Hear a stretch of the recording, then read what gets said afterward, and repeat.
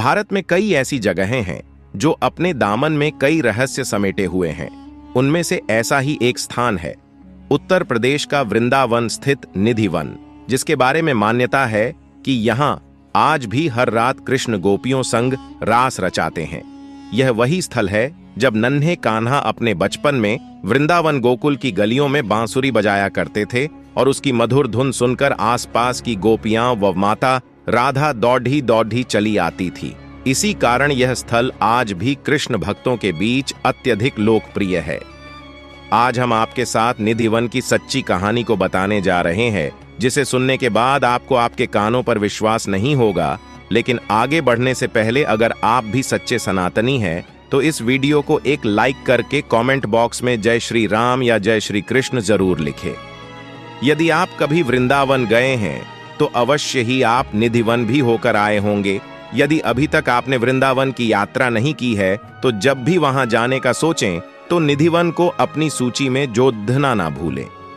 दरअसल निधि वन का चमत्कार ही कुछ ऐसा है जिसे देखने के लिए दूर दूर से भी लाखों करोड़ों की संख्या में लोग खींचे चले आते हैं। वैसे तो भारत दैवीय चमत्कारों की भूमि है, लेकिन निधि वन का रहस्य आज तक कोई नहीं जान पाया है। द्वापर युग में श्री कृष्ण ने अपने युवा स्वरूप में 6 माह तक रासलीला इसी निधि वन में रचाई थी और उसके बाद से आज तक यहाँ रात्रि के समय रासलीला का आयोजन होता है। आज हम आपके सामने निधि वन की सच्ची कहानी और उसका रहस्य रखने जा रहे हैं। दरअसल जब सुबह खुलने वाले निधि वन को संध्या आरती के पश्चात बंद कर दिया जाता है। उसके बाद वहां कोई नहीं रहता। यहाँ आप जो भी पेड़ देखेंगे वे अपने आप में विचित्र हैं। सभी पेड़ों की शाखाएं सीधी ना होकर मुद्दी हुई हैं। सामान्यतया विश्व में सभी पेड़ों की शाखाएं नीचे से ऊपर की ओर जाती है, किंतु निधि वन में सभी पेड़ों की शाखाएं ऊपर से नीचे की ओर जाती है। यह चीज अपने आप में ही विचित्र है, जो निधि वन का रहस्य दिखाती है। मान्यता है कि सूर्यास्त के बाद पेड़ों की यही शाखाएं गोपियों में परिवर्तित हो जाती हैं, जिनके साथ भगवान श्री कृष्ण रासलीला रचाते हैं। सूर्योदय होने से पहले ही वे पुनः अपने रूप में आ जाती हैं। अगली बार जब आप निधि वन घूमने जाएं तो पेड़ों की शाखाओं को ध्यान से देखिएगा। इन्हें देखकर अवश्य ही आप भी आश्चर्य में पड़ जाएंगे। यहां आपको असंख्य तुलसी के पौधे मिल जाएंगे। अब जो बात आश्चर्यजनक है वह यह है कि कोई भी तुलसी का पौधा अकेला नहीं है, अर्थात हर तुलसी के साथ एक और तुलसी का पौधा है। तुलसी के सभी पौधे जोड़ों में है, जो श्री कृष्ण व राधा के प्रेम को रेखांकित करते हैं। तुलसी के पेड़ों का ऐसा संगम आपको केवल इसी वन में देखने को मिलेगा। यहाँ तक कि निधि वन में दिन में रहने वाले पशु पक्षी भी संध्या होते ही निधि वन को छोड़कर चले जाते हैं। वैसे तो शाम होते ही निधि वन बंद हो जाता है और सब लोग यहाँ से चले जाते हैं, लेकिन फिर भी यदि कोई छुपकर रासलीला देखने की कोशिश करता है तो पागल हो जाता है। ऐसा ही एक वाकया करीब 10 वर्ष पूर्व हुआ था, जब जयपुर से आया एक कृष्ण भक्त रासलीला देखने के लिए निधि वन में छुपकर बैठ गया। जब सुबह निधि वन के गेट खुले तो वह बेहोश अवस्था में मिला। उसका मानसिक संतुलन बिगड़ चुका था। ऐसे कई किस्से यहाँ के लोग बताते हैं। निधि वन के अंदर ही है रंग महल, जिसके बारे में मान्यता है कि रोज रात यहाँ पर राधा और कन्हैया आते हैं। रंग महल में राधा और कन्हैया के लिए रखे गए चंदन के पलंग को शाम 7 बजे से पहले सजा दिया जाता है। पलंग के बगल में एक लोटा पानी, राधा जी के श्रृंगार का सामान और दातुन संग पान रख दिया जाता है।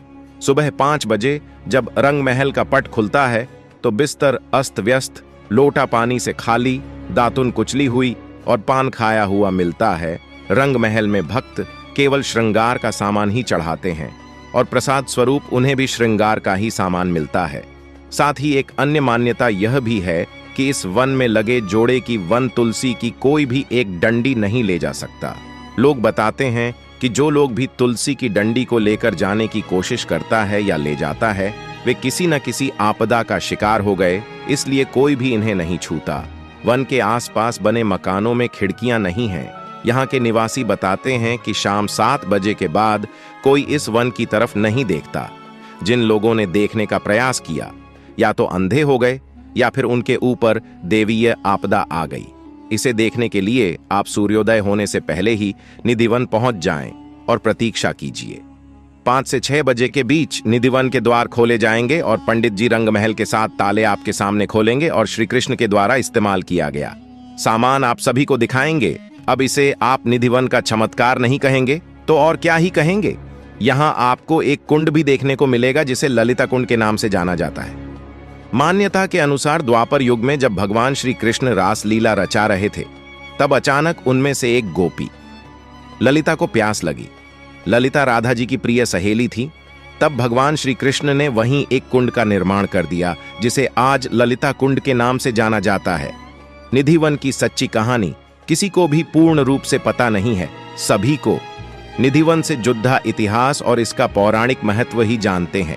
वह इसलिए क्योंकि जो भी निधिवन की सच्चाई जानने के लिए इस वन में रात में रुका है वह या तो अगले दिन मृत पाया गया है या फिर वह पागल हो चुका है। यही कारण है कि निधिवन में सूर्योदय से पहले और सूर्यास्त के बाद कोई मनुष्य तो क्या बल्कि जीव जंतु और यहाँ तक कि पक्षी भी नहीं दिखाई देते हैं। यदि आपको इस पर विश्वास नहीं है तो आप स्वयं निधिवन जाएं और सुबह सूर्योदय से पहले निधिवन के द्वार पर पहुंच जाएं। वैसे तो निधिवन के पट भक्तों के लिए 5 बजे के आसपास खुलते हैं, लेकिन भक्तों की भीड़भाड़ वहां 4 बजे से ही जमना शुरू हो जाती है। आप अपनी आंखों से देखेंगे कि सूर्योदय से पहले तक आपको अंदर कोई भी बंदर या पक्षी नहीं दिखाई देगा, लेकिन जैसे ही सूर्योदय होगा आपके सामने ही असंख्य बंदर और पक्षी निधिवन में जाते हुए और मस्ती करते हुए मिल जाएंगे।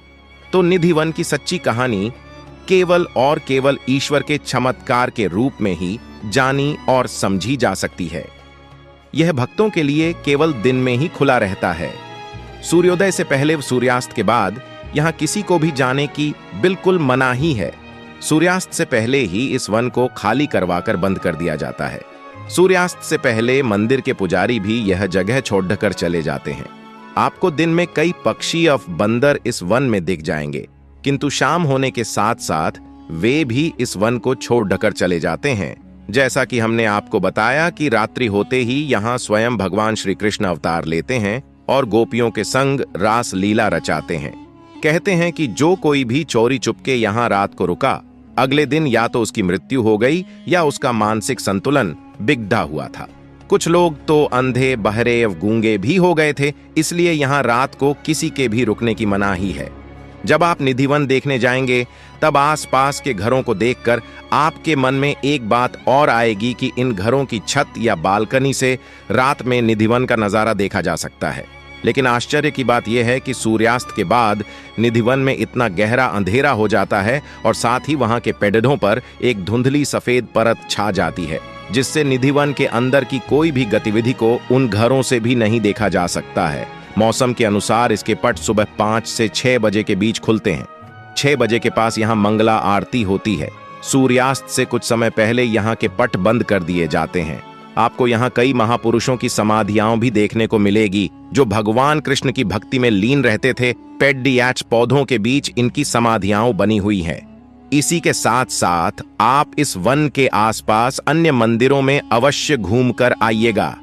तो दोस्तों, ये था निधिवन का इतिहास जो कि बहुत कम लोग जानते होंगे। अगर वीडियो पसंद आई हो तो इस वीडियो को एक लाइक करके चैनल को भी सब्सक्राइब करें। तब तक के लिए जय श्री राम।